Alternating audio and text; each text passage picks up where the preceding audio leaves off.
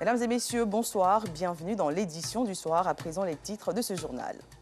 Après le CEPE, les résultats du BEPC, brevet d'études du premier cycle, sont connus. Le taux de réussite est de 28,89% pour la session 2022. L'annonce a été faite ce matin dans les locaux de la direction des examens et concours dans la commune du Plateau. La rédaction de RTI2 adresse un carton rouge ce soir aux entreprises de collecte d'ordures du district autonome d'Abidjan. Les retards accusés dans le ramassage des ordures ménagères occasionnent d'énormes conséquences. Cette situation inquiète les populations. Bienvenue dans la grande édition. Ça y est, les résultats du BEPC, brevet d'études du premier cycle, sont connus depuis ce matin. Un taux de réussite de 28,89% en nette régression au regard de celui de l'an dernier qui était de 41,27%. L'annonce a été faite dans les locaux de la direction des examens et concours dans la commune du Plateau. Notre reporter Clément Bocco a suivi la proclamation des résultats au lycée moderne du Plateau. Suivons son reportage. Le lycée moderne du Plateau pris d'assaut par les candidats au brevet d'études du premier cycle BEPC. Parmi eux, Christian Marie et sa mère. On attend le résultat. T'inquiète, on va prendre le BPC. Christian est anxieux, d'autant plus qu'au plan national, le taux de réussite est à la baisse. Il est de 28,89% contre 41,27% l'an dernier. Pour Christian Marie et ses camarades, c'est la longue attente. Il est 14 heures. Certaines salles aux alentours ont commencé la proclamation des résultats. Dans mon quartier, nous sommes nombreux à avoir composé, mais je suis venu avec un ami. Ça n'a pas marché pour lui, mais ça a marché pour moi. Je suis impatient de le dire à mon papa, mais je suis aussi dessus pour mon ami.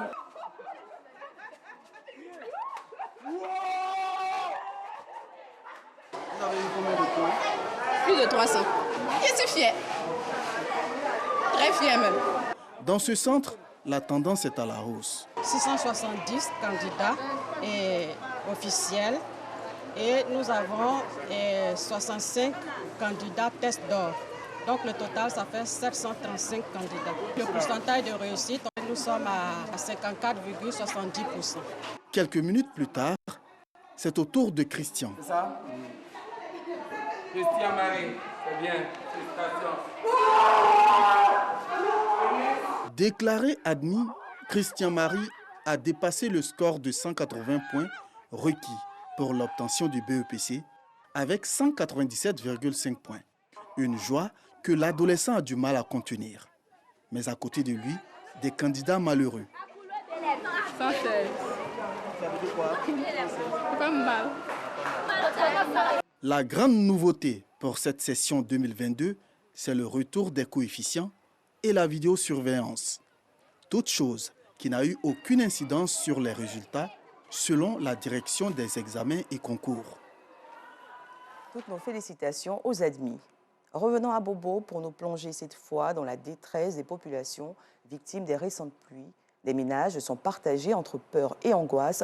De nombreuses familles vivant encore dans ces zones à risque. Nos reporters se sont rendus dans le sous-quartier Olympe d'Abobo-Dokui. Reportage. Olympe mobile, sous-quartier d'Abobo-Dokui, non loin de l'université Nangui à Brogwa, d'Abobo à Adjamé. Il est 19h40. Nous sommes en pleine saison des pluies. Le gros ravin qui se trouve dans ce sous-quartier est une véritable menace pour les habitants. Creusé par la force de la pluie, ce gros trou perturbe la sérénité et la quiétude des populations. Comme d'habitude, Ousmane Diabaté, maçon, et sa femme passent des nuits blanches à cause des risques d'inondation. La semaine passée, là, une grosse pluie qui est venue là, c'est rentré même dans la maison des gens. Quand il pleut là, on ne doit pas, on ne sait jamais. On est là, on ne sait pas où il faut aller. On n'a pas l'argent ici. On dit on aller chercher une maison ailleurs. On oublie de rester dans les quartiers. Juste à côté de la maison d'Ousmane se trouve un pont de fortune. Situé au-dessus du gros ravin, ce pont sert de raccourci aux riverains. Mamadou Diaby, agent de sécurité, raconte l'angoisse qu'il habite en cette période de forte pluie. Quand on passe dessus en appellement, on fait comment? C'est raccourci. Bon, souvent, s'il disait que tu as peur, qu'il ne peut pas passer dessus, il peut aller passer de l'autre côté là-bas. L'angoisse de Mamadou Diaby est également vécu par Mamadou Koné. Il dit vivre avec la peur au ventre du fait de la menace de l'érosion qui gagne considérablement du terrain. Le caniveau, ce n'était pas comme ça. Au fur et à mesure qu'il pleut, saison de pluie, l'eau casse le bord du caniveau là, un peu, jusqu'à ça grandit. Bon, franchement dit, on est dans le quartier. On n'a pas de moyens. S'il y a quelqu'un qui peut nous aider de quitter ce quartier, ça nous permet de quitter au quartier. À 50 mètres de Mamadou Koné habite Ahmed, chauffeur de taxi, obligé d'utiliser les toilettes de son voisin. Les siennes n'existent plus à cause de la dégradation du sol. Une situation qui le plonge au quotidien dans la détresse. Bon, cette année, la pluie a été trop forte. Bon, ça a fait plus de dégâts encore. Franchement, j'ai fait de mon effort pour pouvoir me tenir le coin. Mais moi-même, je suis là étant un habitant auprès de ce caniveau, ne me plaît pas. Mais compte tenu des difficultés de la vie, je suis obligé d'accepter et faire avec en attendant que j'ai une bonne occasion pour pouvoir quitter le quartier. Depuis le début de la saison des pluies, on enregistre de nombreuses pertes en vie humaine et des dégâts matériels considérables. Les habitants du sous-quartier Olympe mobile d'Abobo-Dokui vivent ainsi dans l'inquiétude totale et sont dans le désarroi. Selon elle, toutes les nuits en cette saison des pluies sont vécues avec une angoisse et un stress indescriptible. Bonne nouvelle pour les musulmans de la cité Nzassa. La mairie de Treichville a procédé récemment à l'inauguration du marché de bétail de la commune. Ce site est bâti sur une superficie de 2 hectares. Il va accueillir plus de 200 vendeurs de bétail, de quoi satisfaire la forte demande. Les détails avec Georgette Sido-Fofana. C'est devant sa cour, située à la rue 13 dans la commune de Treichville, que Drissa vend du bétail. Il dit n'avoir pas de place au marché pour exercer cette activité. On n'a pas d'espace, à cause de ça, on vend dans les quartiers. S'il y a une bonne place, on va aller vendre là-bas. Comme Drissa, ici à Treichville, ils sont nombreux ces vendeurs de bétail qui exercent leur activité à domicile. Ça ne nous plaît pas, on est obligé. Donc si on peut avoir une bonne place, là on serait bien là-bas, pour être situé pour vendre là-bas. Il n'y a pas de place quoi. C'est à cause de ça, on va à côté de notre cour là. Vendre du bétail à domicile, un fait qui n'est pas du goût des riverains. Et les moutons, ils sont là, ils ne sont pas comme les humains. Ils défèquent sur place, ils font leurs besoins sur place. Si je dis que l'odeur ne gêne pas, ce serait un mensonge. Vraiment, l'odeur nous gêne beaucoup. Mais on fait comment? Comme ça. Pour assainir le secteur et protéger l'environnement dans la commune, la mairie a procédé ce samedi à l'inauguration du marché de bétail de Treichville, un espace de 2 hectares. La commune de Treichville nécessite réellement que nous amenons nos jeunes frères à comprendre qu'il faut trouver un espace adéquat pour faire la vente et la commercialisation du bétail. Surtout que c'est des vendeurs occasionnels. Et donc, quand la mairie et tout le conseil municipal se met ensemble pour trouver un site, il faut encourager et il faut accompagner. Une action saluée par les commerçants. C'est très très bon aussi, il n'y a pas de problème. Ouais, on trouve ça très bien même. Que Dieu fasse que chaque année, qu'on soit ici pour vendre nos moutons. C'est un site vraiment qui est vraiment favori pour nous.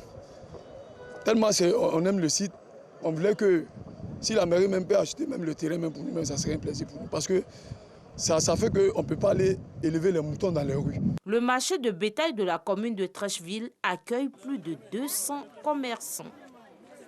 Le samedi 9 juillet 2022, la communauté musulmane de Côte d'Ivoire célèbre la fête de la Tabaski. Cette information fait suite à la déclaration du Conseil supérieur des imams, des mosquées et des affaires islamiques COSIM et le CODIS, Conseil supérieur des organisations et structures sunnies de Côte d'Ivoire, déclaration que je vous invite à suivre. Le COSIM et le CODIS informent la communauté nationale que la station d'Arafat aura lieu, Inch'Allah, le vendredi 8 juillet 2022, correspondant au 9 Zulhijja 1443 de l'Hégire. Par conséquent, la fête de la Tabaski sera célébrée en Côte d'Ivoire, Inch'Allah, le samedi 9 juillet 2022, correspondant au 10 Zulhijja 1443 de l'Hégire. Les imams de Côte d'Ivoire souhaitent bonne fête de Tabaski à toutes et à tous. La Jeune Chambre internationale JCI Abidjan Emeraude a organisé une série de panels sur la sécurité routière. C'était au CERAP Inadez, dans la commune de Cocody, en présence de plusieurs institutions et organisations. Ces échanges ont pour objectif de sensibiliser la population sur les aptitudes à tenir afin de réduire le taux d'accident en Côte d'Ivoire. Anicette Kodamblessing. Selon l'agence d'information africaine Ecofin, de janvier à avril 2022, la Côte d'Ivoire a enregistré environ 300 cas d'accidents graves qui ont occasionné plus de 200 décès. Ces chiffres confirment l'ampleur de l'insécurité routière qui règne dans le pays. En fait, qui interpelle la JCI, la Jeune Chambre internationale Abidjan Emeraude, qui dans sa vision entend servir la communauté, d'où la tenue de cette série de panels sur la sécurité routière. Il était important pour nous de réunir des personnes, des experts qui travaillent dans le domaine de la sécurité routière, pour pouvoir ensemble trouver des pistes de solutions et aussi sensibiliser nos populations pour que nous ayons moins d'accidents sur nos routes. Le choix de la sécurité routière obéit aujourd'hui à un savoir mieux vivre. Là, au vu de ce que nous devons avancer, et tout développement a besoin donc du mieux-être. Donc le choix n'a pas été fortuit parce que cela est de mise aujourd'hui en Côte d'Ivoire. Cette cérémonie a vu la participation de plusieurs organisations et institutions conscientes de l'enjeu que représentent les questions liées à la sécurité routière. Quand ils ont fait l'exposé, on a vu que vraiment ça partait dans nos visions.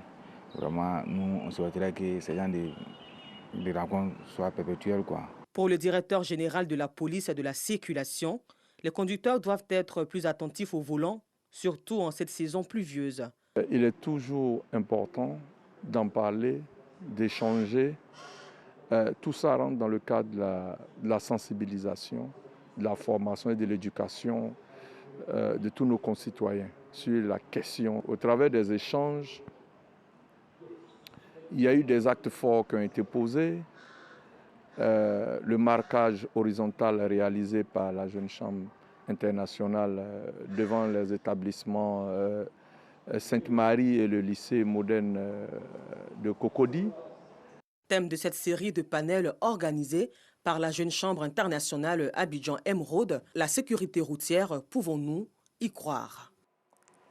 La communauté missionnaire chrétienne internationale CMCI a organisé récemment une croisade de renversement des principautés personnelles et familiales. Cette campagne s'étend sur un mois et prendra fin le 9 août prochain. Elle ambitionne accompagner les fidèles à intercéder pour leurs familles respectives. Clarisse Konyala. Ils sont venus de plusieurs pays et communes d'Abidjan à cette grande croisade de renversement des principautés personnelles et familiales. Fidèles, anciens, nouveaux convertis et les invités de la communauté missionnaire chrétienne internationale, CMCI, sont venus pour accéder aux délivrances. J'ai été guérie authentiquement. En fait, la douleur, au fur et à mesure qu'on priait, cette boule qui était au niveau de ma poitrine descendait du côté gauche. C'est-à-dire que ça se déplaçait. Et je sentais que ça se déplaçait jusqu'à la hanche, jusqu'au dos d'abord, à la hanche, et puis au niveau du genou. Et ça a disparu.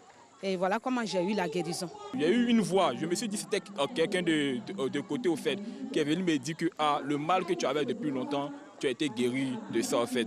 Donc vraiment, il faudrait vivre ce miracle pour pouvoir au moins s'exprimer, puisque c'est des choses qu'on a vues sur scène. Mais moi-même j'ai été, on appelle ça comment on dit même là, j'ai vécu aussi ce miracle-là, c'est pourquoi je vais rendre témoignage aujourd'hui. Des moments de prière, de proclamation, suivi de délivrances authentiques et de guérison de plusieurs frères ont meublé cette rencontre. C'est un grand événement que nous organisons, pas pour attirer, mais c'est un événement qui concerne les frères. Notre objectif, c'est quoi? C'est d'amener les frères à se mettre ensemble pour gêner et prier pour leurs différentes familles, afin que les familles soient sauvées et que les familles qui croupissent sous la domination des puissances sataniques soient délivrées. Voici l'objectif que nous visons. À cette occasion, Boniface Meillet, le leader de la communauté, a exhorté les fidèles à devenir des hommes spirituels à l'image du Christ, comme le relate Romains 8, verset 13. Les églises locales sont engagées au ministère d'évangélisation, c'est-à-dire qu'on prêche l'évangile pour que les pécheurs se convertissent. Mais Jésus a dit ceci, que tant que l'homme fort n'est pas lié, on ne peut pas dépouiller la maison. Dans Romains 8, verset 9, il est dit, si quelqu'un n'a pas l'esprit de Christ, il ne lui appartient pas. Et dans le verset 13, il est dit que si par l'esprit, vous faites mourir les actions du corps, vous vivrez. Mais si par l'esprit, vous faites mourir les actions du corps, vous allez vivre. Témoignages, prières de combat, délivrance authentique et plusieurs âmes gagnées à Christ. Cette croisade a débuté le 1er juillet et prend fin le 9 août prochain. Un commentaire de Clément Bocco. En Libye, le Conseil présidentiel a annoncé ce mardi avoir élaboré un plan visant à sortir le pays de l'impasse politique en organisant des élections. Sans dévoiler les contours de ce plan d'action, le Conseil présidentiel a assuré que celui-ci visait à préserver l'unité du pays, écarter le spectre de la guerre et la division, limiter l'ingérence étrangère et pousser vers un règlement national. Abdallah Alafi, numéro 2 du Conseil présidentiel, qui comprend 3 membres représentant les 3 provinces historiques de la Libye, doit discuter avec les camps rivaux pour élaborer une feuille de route aboutissant à la tenue d'élections présidentielles législatives selon un échéancier précis. En Éthiopie, le Premier ministre Abiy Ahmed annonce avoir rencontré aujourd'hui à Nairobi, la capitale, l'homme fort du Soudan, le général Abdel Fattah al-Burhan. Des échanges en marge d'un sommet de l'organisation est-africaine IGAD pour la première fois depuis 18 mois et quelques jours seulement après un nouvel incident frontalier entre les deux pays. Abiy Ahmed affirme aux sorties du conclave que leurs liens communs surpassent un quelconque différent et qu'ils s'engagent tous deux au dialogue et à la résolution pacifique des questions en suspens. À Khartoum, le Conseil souverain, présidé par le général Burhan, a simplement fait état d'une réunion à huis clos entre les deux hommes. Partons à présent pour le carton rouge de la semaine.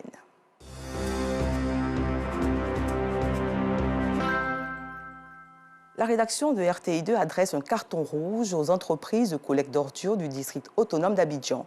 La raison, les multiples retards accusés dans le ramassage des ordures ménagères. Ces peines à ordures qui jonchent les rues initialement prévues pour lutter contre l'insalubrité sont un calvaire pour les habitants. Entre odeurs nauséabondes et microbes, ils craignent pour leur santé. Cette situation ternit également l'image de la perle des lagunes. Dépôts sauvages d'ordures, un nid de maladies, un sujet que vous proposent Anicette Conan-Blessing, Adama Koné et Jean Évrard. Dans le district autonome d'Abidjan, certaines artères de la voirie servent désormais de sites de dépôt d'ordures ménagères. Ces lieux de stockage d'ordures, en vue de lutter contre l'insalubrité, un véritable calvaire pour les populations des différentes communes du district autonome d'Abidjan.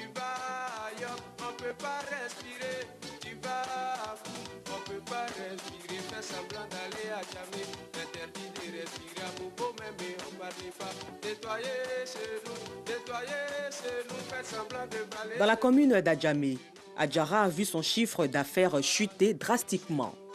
Ce fait est selon elle dû à ce tamas d'ordures posté juste à proximité de son commerce. L'odeur et le liquide sale provenant de ces ordures pour ses commerçants, une preuve pénible. Les clients n'ont pas de venir.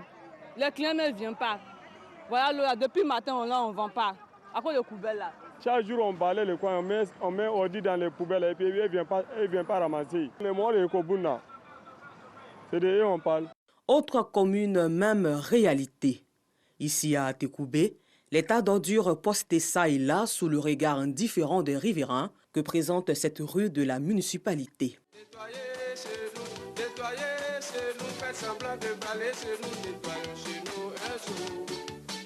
Ce tableau sombre de la présence d'ordures dans les rues d'Atekoubé, constaté également dans la commune des Affaires, le plateau.